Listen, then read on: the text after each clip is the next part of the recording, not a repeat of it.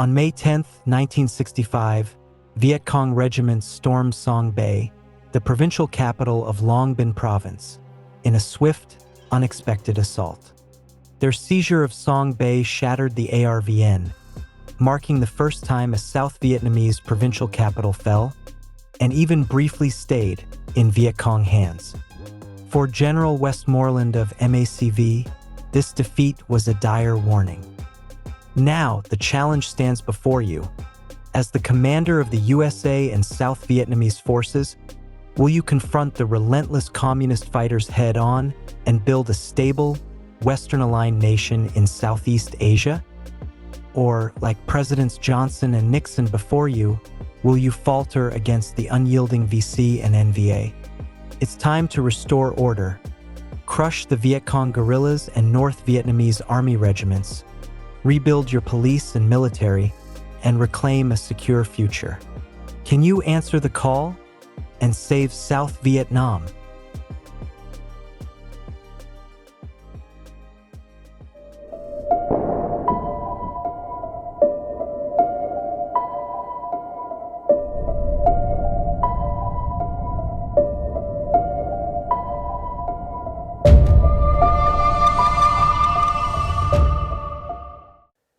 Hello everyone, and welcome to the Solo Gamers Club.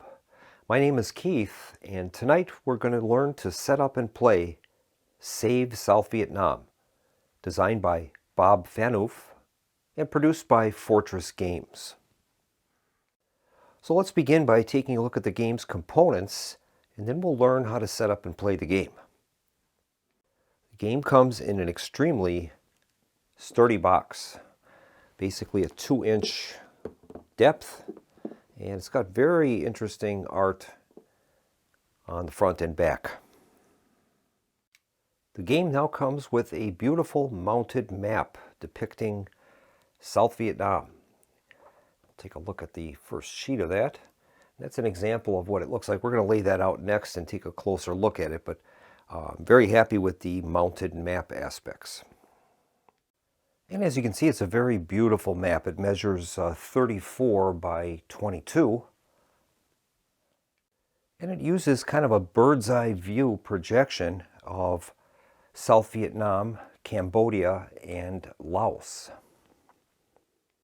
Along the left side of the board, we have a calendar and a reinforcement track.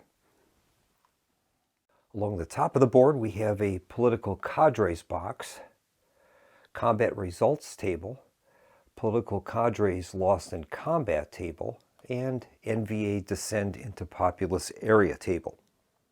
Along the right side, we have the U.S. divisional holding boxes. And I was pleasantly surprised to find out that the designer has actually used the proper insignias for each of the formations.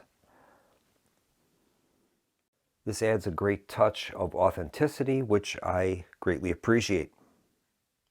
The middle portion of the board is South Vietnam, and that has been broken into 9 separate provinces. It also includes Cambodia and Laos. Going from south to north, we have the Mekong Delta and riverine areas. Then we have Saigon and the Fishhook, or Parrot's Beak. Then we have Bien Hoa and An Loc, Cam Ranh Bay and Ban Mae Thuot, Quy Nhon in the Highlands, Quang Ngai and Kon Tum, Da Nang and Lower A Xu Valley, Hue and the Upper A Xu Valley, and finally Quang Tri and Khe Sanh in northern part of I Corps. Each province is broken into 3 primary areas. You have your base area, your populous area, and then your hinterlands area. And those will be very important to distinguish movement in the game. Each region has a record area, which is going to list the political control and the amount of police points that we have within that region. And those 2 things are going to be instrumental in our control, or lack thereof, of South Vietnam. Above those, we have the U.S. Line Brigade Recovery Area, and that's where our line brigades are going to move to refit. In the lower right-hand corner, we have helicopter, aircav, and B-52 movement, and that's going to record our air mobility that we use during the turn. In the lower left corner, we're going to have a turn phase and year-end phase sequence. Game comes with a game manual, and that's printed out on very nice front page heavy paper. And then on the inside, we have a introduction, and then the rules begin on the next page. Basically, it's 20-page rule book. This is the third printing from 2024. And it's full color, and it tells you about each of the components in the game, along with the game setup and how to run a regular turn. It's very well produced. Game comes with 2.5 sheets of counters. These are the U.S. and political cadre counters. These are double-sided. We have our Viet Cong, anti-aircraft units, North Vietnamese regiments, and some tracking tokens. And then a half sheet will have some more tracking tokens and the ARVN forces. Also included is a very handy player aid and a red and green D6. On the back of the rule book is a very handy graphical display for setup. We simply follow steps A through F to set up the game.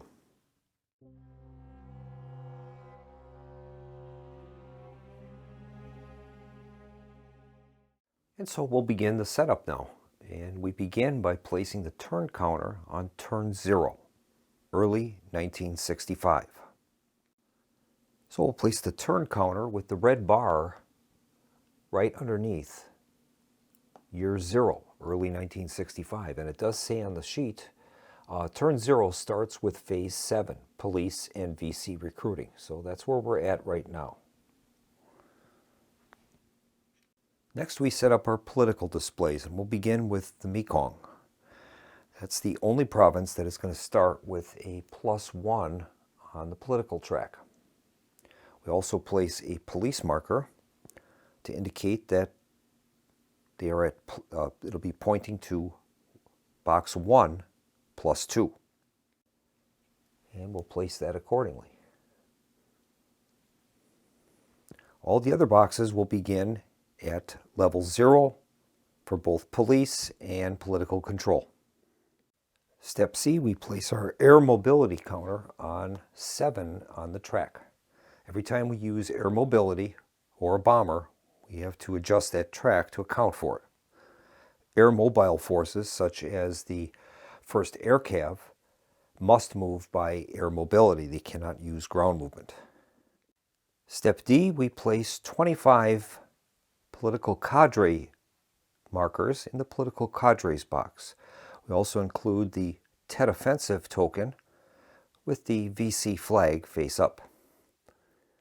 Then for step E, we're going to place all of the U.S. brigades and Marine regiments in each of the corresponding divisional boxes. And finally, we place a full-strength ARVN regiment in the Mekong Delta area, in the populous area of Bach Lu. Our other tokens I'm placing in draw cups. We have our anti-aircraft tokens, which consist of AA and no AA tokens. Our U.S. helicopter tokens, NVA regiments, SVN regiments, Viet Cong battalions, and other miscellaneous tokens.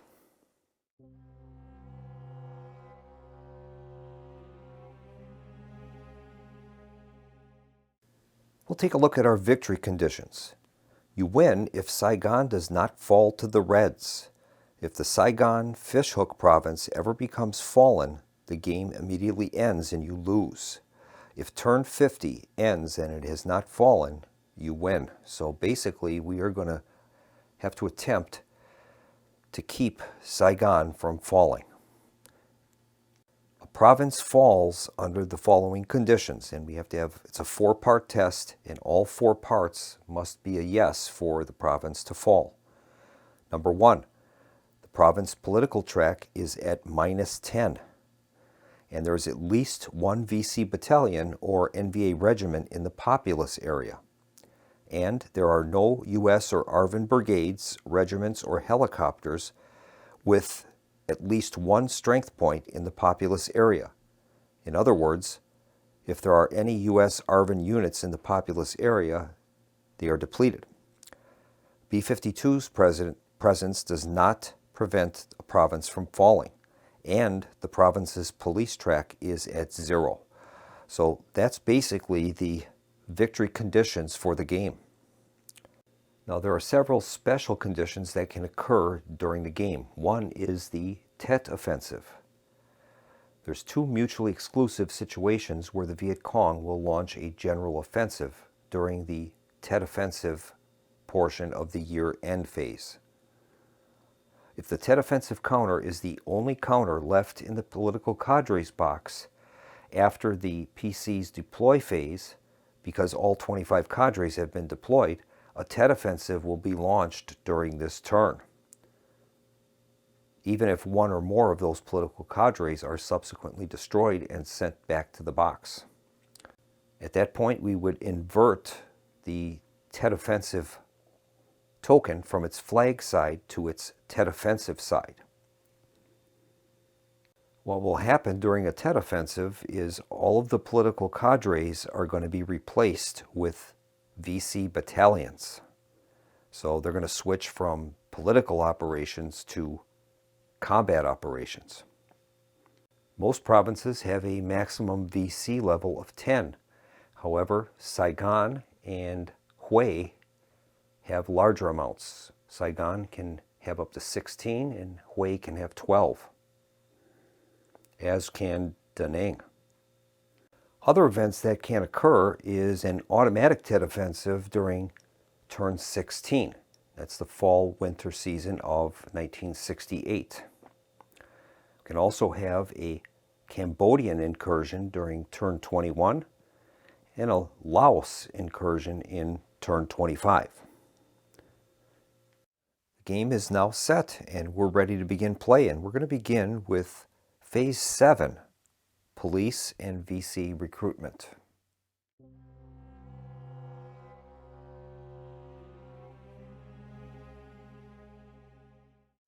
In this step, we're going to look at each province and we're going to determine, based on the location of the political points track marker, whether police track will advance or if a number of Viet Cong battalions will be recruited in the province. It'll never be both, or neither will happen. We'll begin in the Mekong Delta in 4th Corps. So we'll examine that token and we find out that it says Police 1. So we're going to advance our police marker up 1. That moves up to Police 2, and that's going to have a +4 modifier for us in Step 3, where we're going to check political points. Now each region of the map has a slightly different scaled number of political points, and generally you will find out that it will be easier to recruit police in the southern provinces as opposed to the northern provinces. It's a general rule. Next we'll move on to Saigon, and we find out that Saigon is at 0. And as you can see, the track is slightly different in Saigon as opposed to in the Mekong Delta, and those are all things that we're going to have to keep in mind as the U.S. planner. Now all of the other provinces are going to begin the game at 0, so there'll be no VC placement and there'll be no increase in police forces. Next is Step 8, and that's where we're going to determine whether NVA regiments are going to descend onto populous areas. The NVA regiments were in these remote regions of the provinces. We're going to be consulting the NVA descend into populous area table, and we'll find out, we make a roll for each province, find out if they're going to descend into the populous areas. At the start of the game, there are no NVA regiments on the board. We'll move on to Step 9, and that's U.S. reinforcements and withdrawals. We're going to consult the calendar, and it'll indicate whether U.S. units are scheduled to arrive or be withdrawn. So consulting the calendar for year 0, we find out that we're going to get the regimental headquarters for the 3rd Marines, and we're going to have a flight of airborne helicopters available to us. Marine reinforcements will always arrive in Da Nang, and we'll place them in the base location, the base area of Da Nang. In this case, we're going to be gaining the regimental headquarters of the 9th Regiment. Army brigades and helicopters will always start in Cam Ranh, and so we've placed that helicopter unit that we received in the base area of Cam Ranh Bay. If we had U.S. line brigades coming in as reinforcements, those will go in the base area of whatever province the HQ brigade or regiment is located. Units will always enter in at full strength. We'll take a closer look at the unit counter so we can understand what the information means on a counter. First thing to note on a counter is its political points. In this case, that headquarters regiment is -2. U.S. units in country are going to have negative effects on population control. When a unit is deployed to a base, it will not affect the political points. It's only when it's in the field and when it's in the populous area of that region. In the lower left-hand corner is the unit's strength. In this case, it's a 3. At the top of the counter gives you its size. In this case, it is a Marine regiment. Army uses brigades, Marines use regiments, and in the game, a regiment and a brigade are considered to be the same. Next, in that square box, we see a 9, and that means it's the 9th Regimental headquarters of the 3rd Marine Division, and that's the symbol that we see there, 3rd Marines. Then at the bottom of the counter, you'll see several boxes, and in this case, the unit is fresh. It has no damage to it. If the unit were flipped over, you'll see a red X there, and that means that one of its battalions has been used up. Regimental or brigade headquarters can be distinguished from line regiments or brigades, in this case with black and red stripes. That would tell us that this is the 11th Regiment of the 3rd Marine Division, and that it is fresh, and the black and white lines tell us that that is a line regiment in this case. All the combat formations, regardless of whether it is U.S., South Vietnamese, or North Vietnamese, will have the same basic configuration. In this case, we've got the 34 ARVN Regiment, and its combat strength is slightly less at 2, and it only has a strength level of 2 rather than 3. In the case of Viet Cong battalions, those will have a strength of 1 in this case. On the back side, it has a strength of 2. And those are basically considered to be battalions. They have no health, though. There's no strength boxes on them. When a hit is inflicted on a Viet Cong battalion, it would go from 2 to 1 as an example. That'll complete step 9 of the turn phases. That was the U.S. reinforcements or withdrawals. So we'll move on now to the year-end phases. In this case, this is year 0, and we begin with number 1, and that's political cadres will deploy.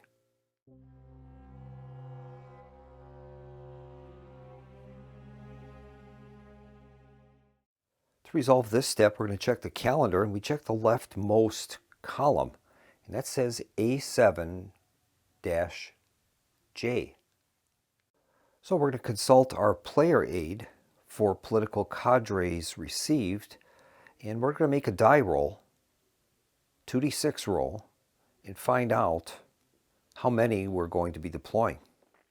So we're going to consult our player aid and we're going to check political cadres received. The calendar track told us to use A7, so we're going to be using column A7. We'll roll 2d6 and that will intersect to tell us how many political cadres in total will be deployed during this season. So we'll make a 2d6 roll. In this case, we've rolled a 6. That indicates, matching up the 6 with the A7 column, 18. So there'll be a total of 18 political cadres deployed to the board.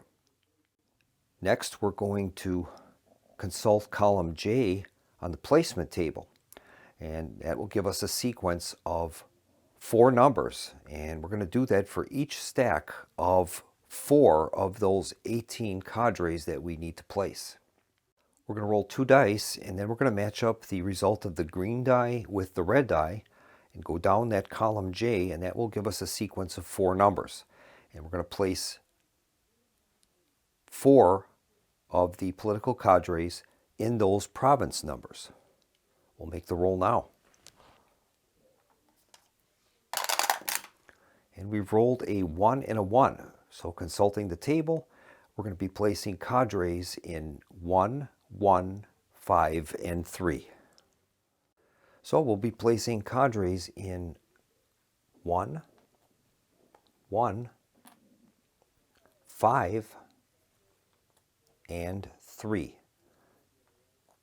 We'll do that again for each stack of 4 until we have placed 18 cadres. And I'll continue that off camera. And so we have completed placing 18 of those political cadres. It ends up we have 4 of them in Saigon, got a total of 6 in Bien Hoa, got 3 in Cam Ranh, 2 in Quy Nhon, and 3 in Da Nang.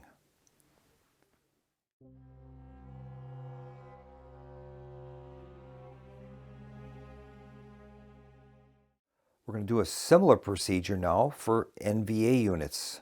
They're going to deploy, and we check our calendar, and for NVA it's going to be the combination of B4, which will give us the number of regiments, and column U, which will determine their placement. So we'll consult column B4 and we'll make a 2d6 roll to determine the number of North Vietnamese regiments. We've rolled a 6. And intersecting that with column B4, we end up, we're going to place 10 North Vietnamese regiments. And then in a similar fashion as we've done for the Viet Cong battalions, we're going to make a 2d6 roll, reading it in green and red in that order. In this case, we'll be using column U. And we'll do that for every set of 4 regiments. Here's the roll for the first 4. We've rolled a 2 and a 3. Lining that up, we're going to be placing NVA regiments in provinces 3, 7, 9, and 6. And those are going to go into the hinterlands portion of those provinces. So we'll be placing one in 3, another one in 7,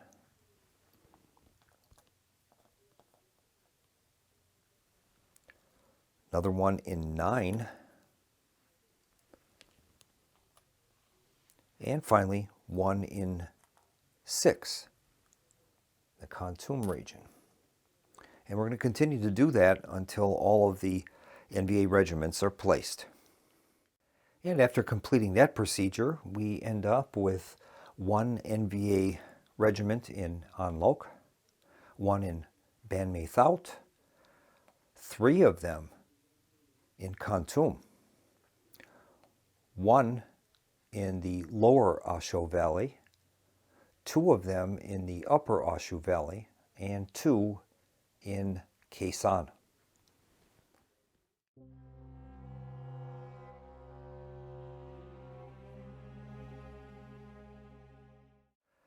Next step, step 3, is our Special Forces mission.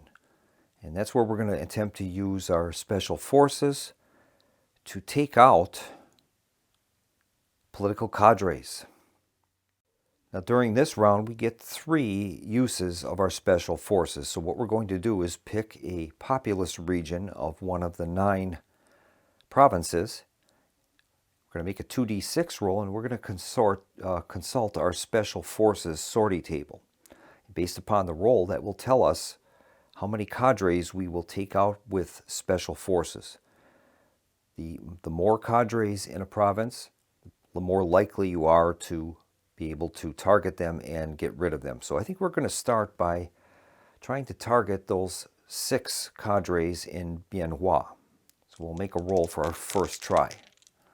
In this case, we've rolled a 10, and it says we have to have 6 or more in that province to remove one. And we've done that. We've got 6 in here, so one of them is put back to the political cadres box. We have 2 more such rolls that we can use. I think we'll use it again in Bien Hoa. This time there are 5 of them. Here's the second roll. We've rolled a 6. That says 4 or more. So there are 4 or more in that province. We'll remove another one. So our special forces, our Green Berets, are doing a good job. And now we have a third one we can attempt, and I think we'll try that in Saigon. There are a total of 4 of those in that area. Here's the roll. We've rolled a 7, and that says none destroyed. So that was the effects of our special forces units. Step 4 is Tet Offensive, and if a Tet Offensive has been determined in Step 1, PCs deploy, Viet Cong have decided they are strong enough to launch a general offensive to topple the South Vietnamese government and chase away their imperialist USA masters. In this case, that will not be happening. We don't have a Tet Offensive scheduled. Step 5 is place anti-aircraft. We will look at the third most column on our calendar track.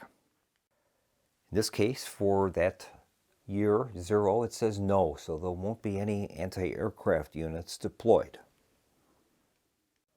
And that completes the first turn. We'll advance our turn marker now to turn 1. That indicates it's going to be the winter and spring of 1965.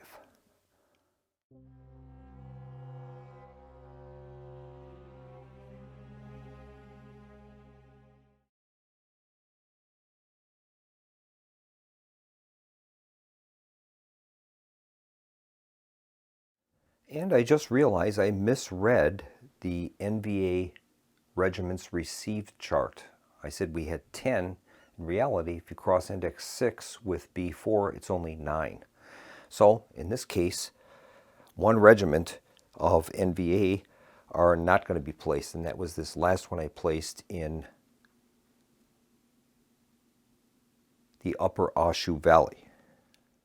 Now we're going to begin our full turn phase for the winter and spring of 1965, and we begin with US and ARVN movement.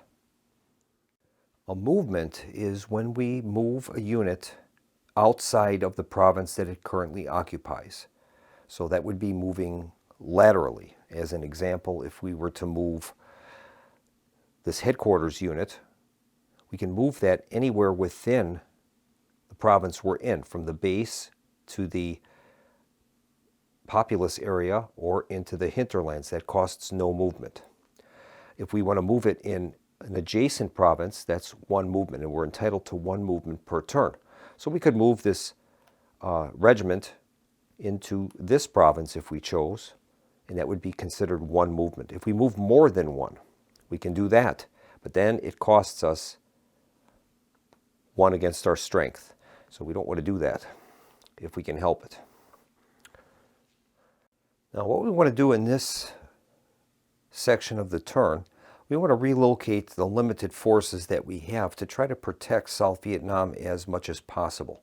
We're mostly concerned about either VC battalions or NVA regiments coming into these populous areas. So we want to try to protect those areas. Now we have 3 NVA regiments in the Kon Tum area, and they easily, 1 or more, could move into the populous area. So I think what we're going to do is we're going to move this ARVN regiment that is currently in the Mekong, and we're going to move that into Saigon, into the capital.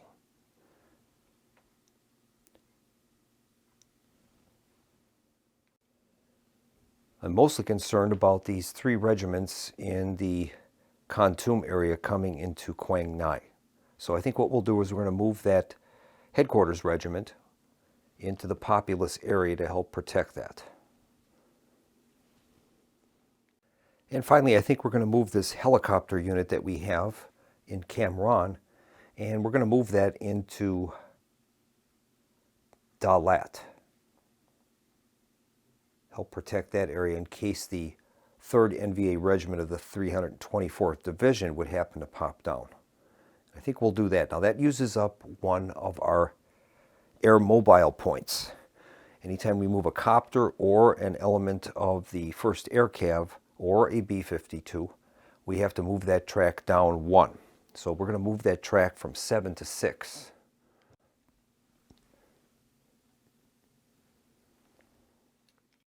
And that's going to be the extent of our movement. We've only got those small number of forces available to us. Step 2 is combat. We get to return our air mobility track to full capacity, so we move that back to 7. Then we're going to examine each province for its populated area and its remote area, and if there are any locations that will be sharing Allied and NVA or VC units, we will resolve combat there. In this case, none of the provinces have a mix of both units. At the end of the combat step, we move to the political cadres lost in combat. Political cadres do not participate in regular combat. If we did have regular combat, afterward we also get 1 roll on the political cadres lost in combat table. Or it might be our only roll if there was no combat in that province's populous area. We're going to select a column that reflects the number of cadres, and then we're going to roll 2 dice.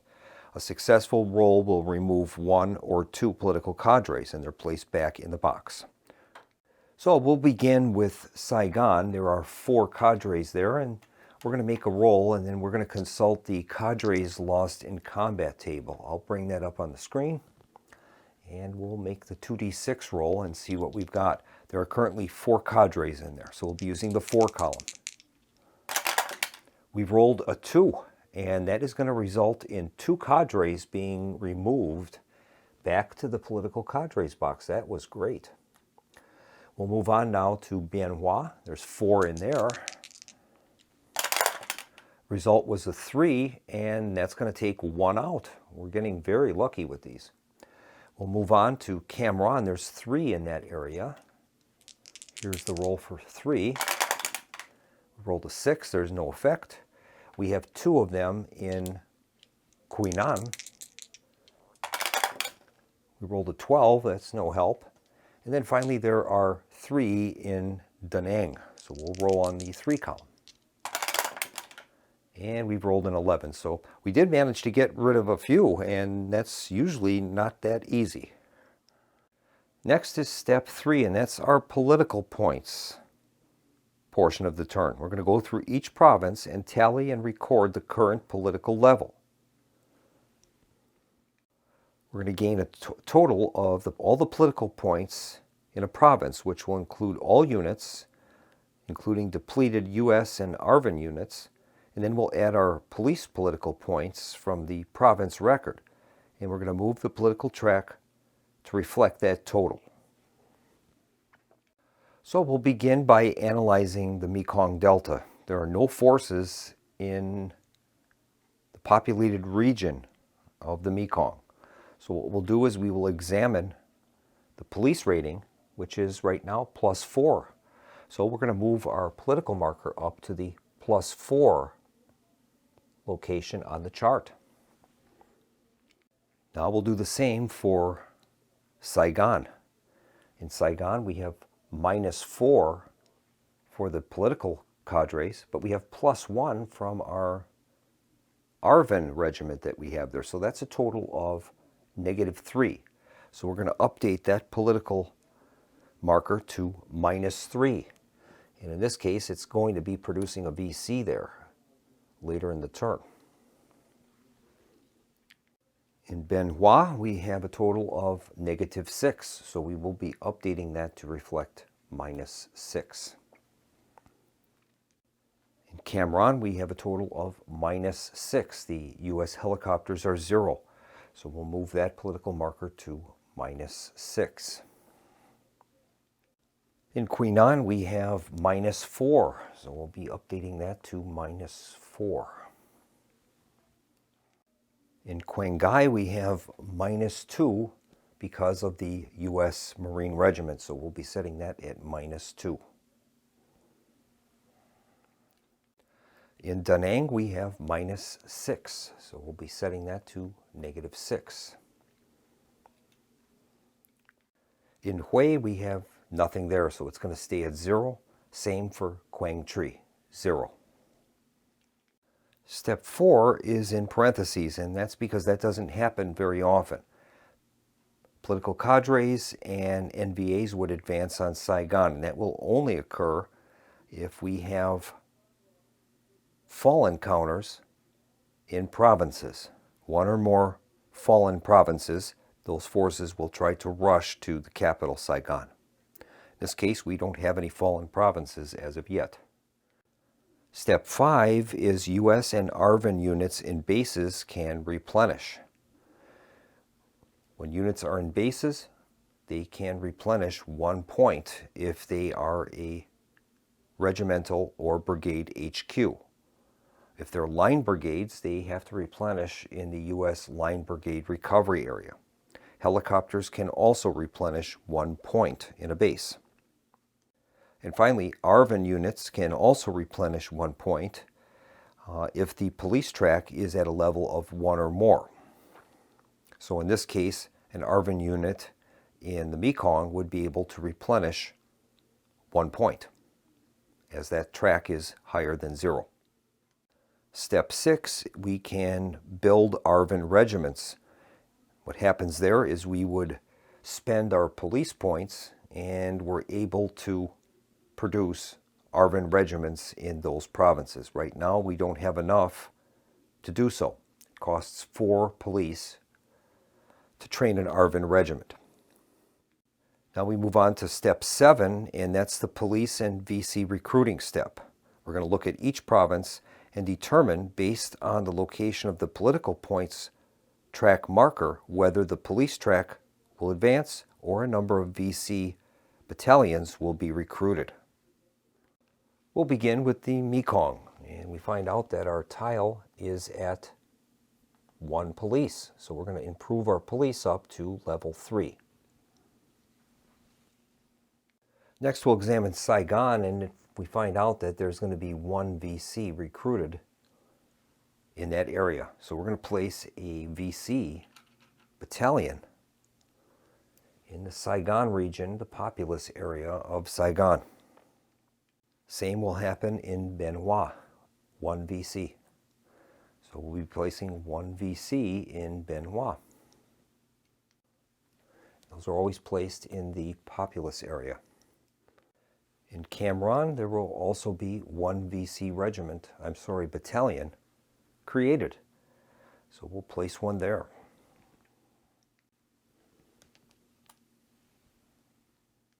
And the same will happen in Quy Nhon, 1 VC.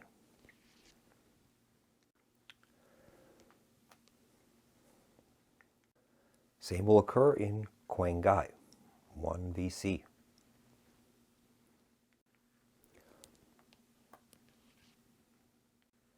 And 1 will appear in Da Nang.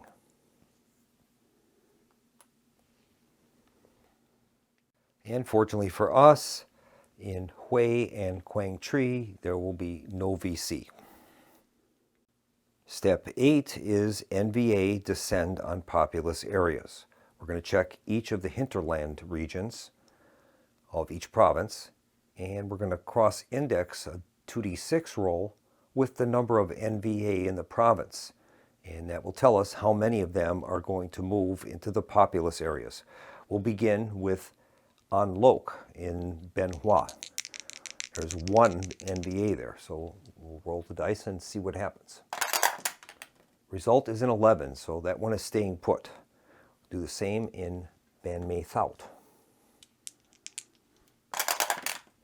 Result is an 8. Nothing happening there.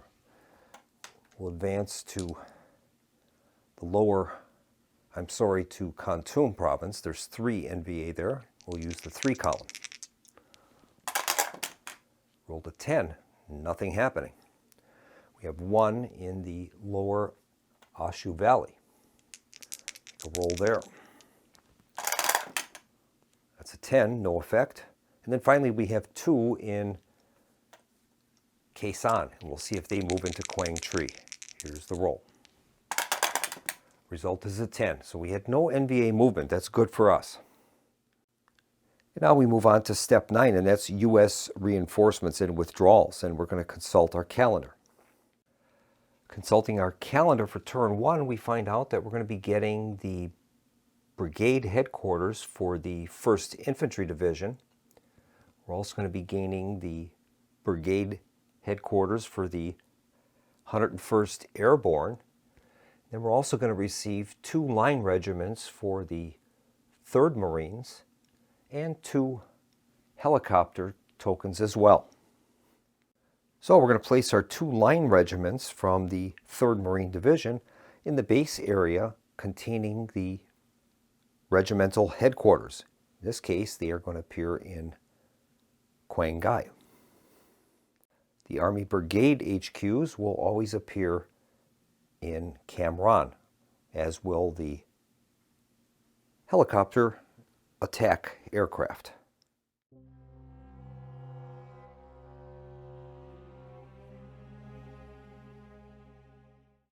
All right, now it is turn 2, and that is the spring and summer of 1965. U.S. is going to receive 2 line regiments from the 1st Infantry Division and all 3 brigades of the 1st Air Cav, along with an extra helicopter. We'll begin with Phase 1, and that's U.S. and ARVN movement. I'm going to begin by moving 2 line regiments from the base box in Province 6, and they're going to make a movement into Da Nang. And we'll move them in there.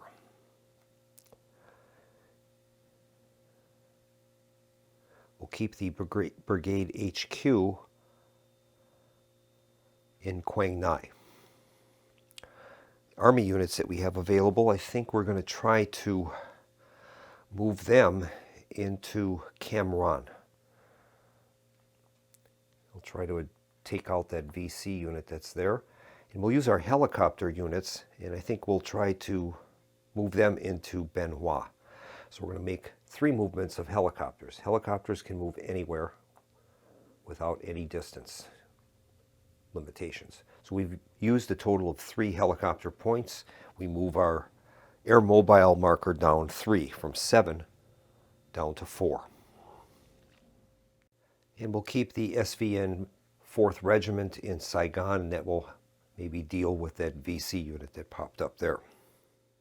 And now we'll go to combat. We begin by returning our air mobility points to 7, and then we're going to resolve combats on the board. We'll begin with the combat in Saigon. We have a ARVN regiment seeking out a VC battalion. ARVN have a strength of 2, VC have a strength of 1. So we'll roll the dice and see what the results are. All right, the ARVN unit has a 2 and the VC unit has a 3. So checking the combat results table, 2 factors with a roll of 2 is 1 damage. So that's going to take out the VC. They are returned to the cup. Roll of 3 with 1 point is going to cause 1 damage to the ARVN unit. So that unit will be flipped to record that it has 1 damage. And now we're going to make a 2d6 roll, consulting the political cadres lost in combat. There are 2 cadres in Saigon, so we'll use that column. Result is a 3, and we've destroyed 1 political cadre. That is awesome. Next, we'll move on to Bien Hoa Province. We've got 3 factors of U.S. choppers and 1 VC. So we'll make the roll using the combat results table. U.S. have rolled a 2, VC have rolled a 3. 3 factors with a roll of 2 is 1 damage, so that is going to destroy the VC unit. That's great. Roll of 3 with 1 factor will take out 1 helicopter, and we'll mark that accordingly. Now we'll do our political cadres lost in combat. There are 3 cadres.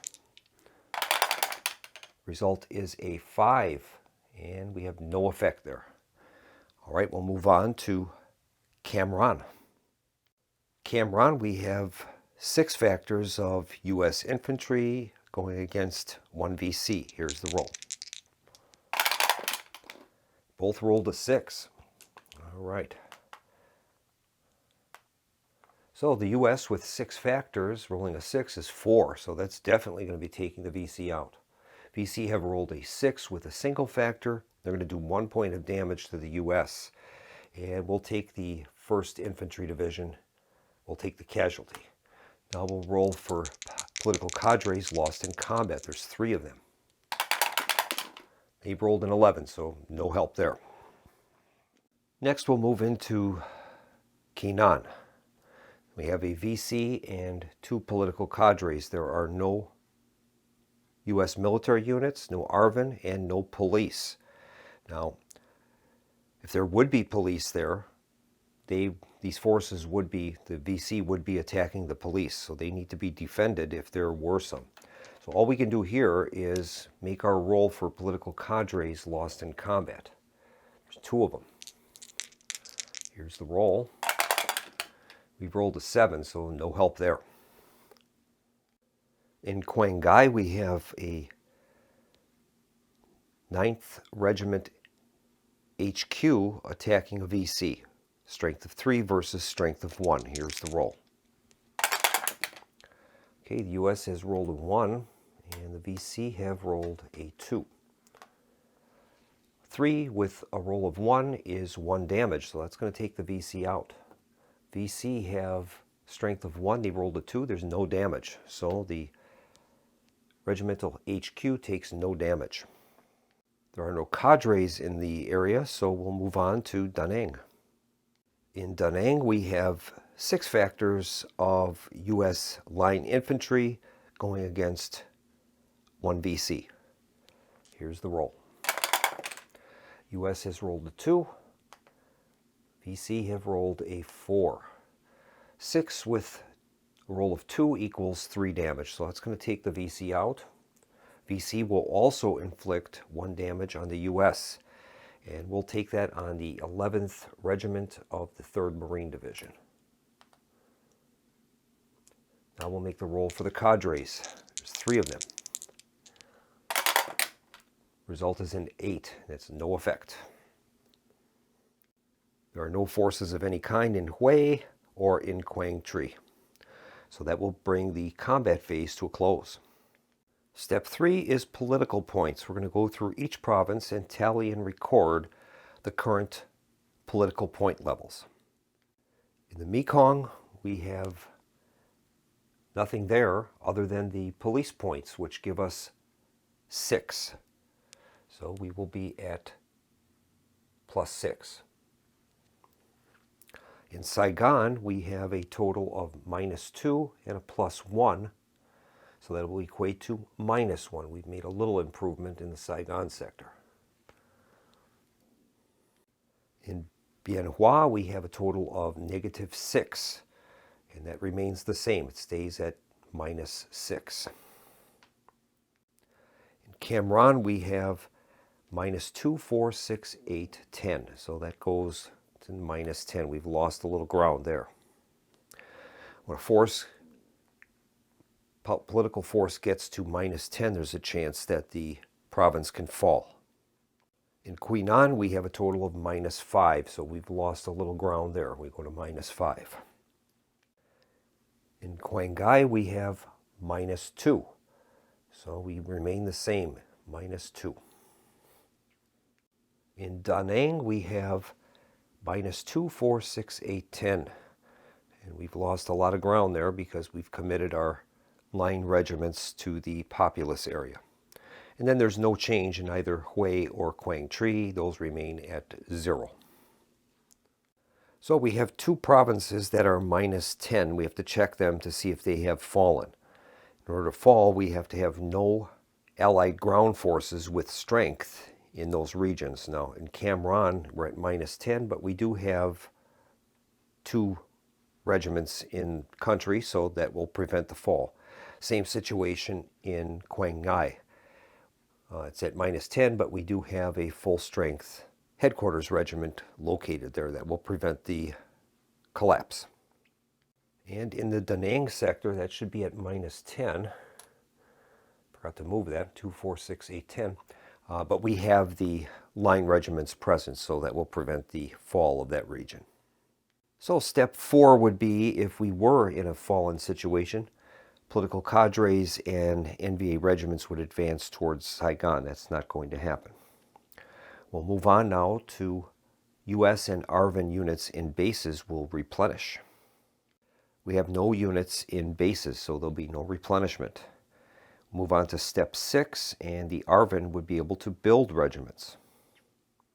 If we've built up more than 4 police points in a region, we can spend those and produce an ARVN regiment. Well, that isn't the case yet.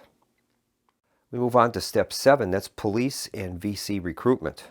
We're going to examine each province and determine, based on the location of the political tracks marker, whether the police track will advance or Viet Cong battalions will be deployed. We'll begin with the Mekong Delta.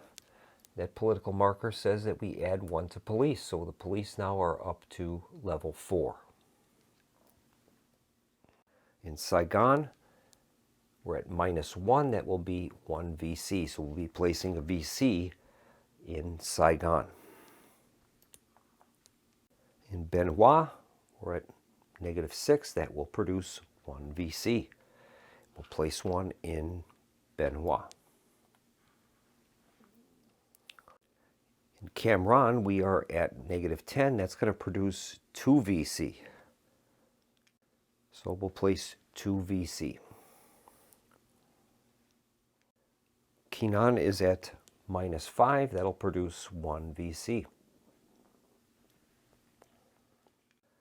Quang Ngai is at -10. That will produce 2 VC. And we'll place 2 VC. In Da Nang, it's at -10, and that's going to produce 2 VC. And we'll place 2 VC in the Da Nang sector. Both Hue and Quang Tri are at 0. There'll be no production either way. Now we'll proceed to step 8, and that's the NVA regiments will descend in populous areas. We'll check each one, making die rolls, consulting the NVA descend into populous areas table. We'll begin with the 33rd Regiment of the 325th NVA Division in An Loc. Here's the roll. Result is a 5, and that is no move. We'll do the same for the 3rd Regiment of the 324th Division in Ban Mae Thuot. Roll is a 5, and that is no effect. Then we move on to Kon Tum. We have 3 regiments in there, and we'll make the roll accordingly. Result is a 9, and that is no effect. We'll check the regiment in the lower A Shau Valley. Here's the roll. Roll is a 7, that's no effect. We'll check the 102nd Regiment of the 308th NVA Division. That's located in the upper A Shau Valley. A 7 is no effect. And finally, we have 2 regiments in Khe Sanh. We'll see if they move down to Quang Tri. Here's the roll. Result is a 4. And a 4 with 2 regiments will move one of them down. So, the 66th Regiment of the 304th NVA Division moves into Quang Tri. And finally, we move on to the U.S. reinforcements and withdrawals. We consult our turn track, and that's going to give us the reinforcements that will arrive. And we're going to get 2 line regiments from the 1st Infantry Division, all 3 brigades from the 1st Air Cavalry, and a helicopter. So the 1st, 2nd, and 3rd Brigades of the 1st Air Cav, those are all considered to be headquarters units. Those all arrive in Cam Ranh. The 2 line regiments from the 1st Division will arrive also in Cam Ranh because that is where the divisional or the brigade HQ is located. And also the helicopter unit will also arrive in Cam Ranh. And as you can see, this is a real slog, just like the actual conflict. The US and ARVN forces are basically playing whack-a-mole, or attempting to control these provinces, allowing ourselves to build up our police formations, which can in turn be converted into ARVN regiments. US forces were going to be starting to withdraw by the spring and summer of 1969. So that's how long we have to Vietnamize South Vietnam. And so I'm going to bring this setup and playthrough example video to a close. I'll come back and give you my thoughts on the game.